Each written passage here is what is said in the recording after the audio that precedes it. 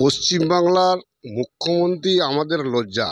যেহেতু মহিলা একজন মুখ্যমন্ত্রী, তার এটা তো আদৌ বলা উচিত হয়নি যে একটা মহিলা ধর্ষিতা হয়ে তাকে খুন করা হচ্ছে, তার বিনিময়ে 10 লক্ষ টাকা দিয়ে ধামাচাপা দেওয়ার চেষ্টা করছে। তার মা বাবাকে গিয়ে বলছে যে আমরা 10 লক্ষ টাকা দিচ্ছি, এটা ভুলে যাও। এইটাই কি সিদ্ধান্ত?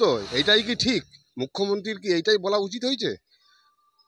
একবারে পশ্চিমবাংলাটাকে মানে অরাজকতার রাজত্ব চলছে, এইভাবে মেনে নেওয়া যায়নি। মানুষ সজাগ হচ্ছে, একজন ছাত্র ছাত্রী থেকে আরম্ভ করে সবাই রাস্তায় নেমে পড়েছে।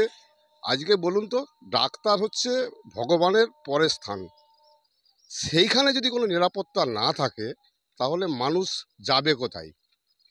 যার জন্য আজকে হাসপাতালে, প্রত্যেকটি হাসপাতালে এমার্জেন্সি রুগী থেকে আরম্ভ করে সমস্ত রুগী ফিরে আসছে, কোনো ট্রিটমেন্ট পাচ্ছে না। এই তো আমাদের মুখ্যমন্ত্রীর কালচার। কম বেশি তো সাধারণ মানুষই ক্ষতি হচ্ছে, মরছে। হ্যাঁ, সাধারণ মানুষই তো মরবে, কিন্তু আজকের যা পরিস্থিতি তাতে করে শুধু সাধারণ মানুষ নয়, একবারে প্রত্যেকটি মানুষ জীবন নিয়ে বিপর্যস্ত হয়ে যাচ্ছে। আমার নাম সুশীল চৌধুরী,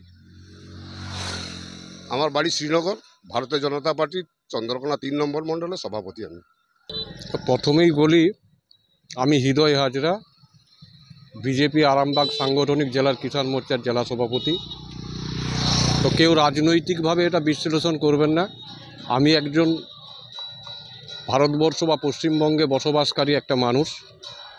আমার নৈতিক শিক্ষা আমি আমার বাবা মায়ের কাছ থেকে যেটা পেয়েছি, বা আমি যে এলাকাতে বসবাস করি, যার পাশেই রামকৃষ্ণদেব জন্মগ্রহণ করেছেন, রামকৃষ্ণদেব একটা কথা বলেছেন যে সময় সাপেক্ষে নিজের স্ত্রীকেও মাতৃজ্ঞানে পূজা করতে হয়। তো আমরা বাবা মায়ের সেবা না করে ভণ্ডামির রাজত্বে বাস করে সেখানে আমরা পুরী দর্শন করতে যাই জগন্নাথ দেবে, কিন্তু বাড়িতে বাবা মাকে আমরা কেউ বাদ দিই না।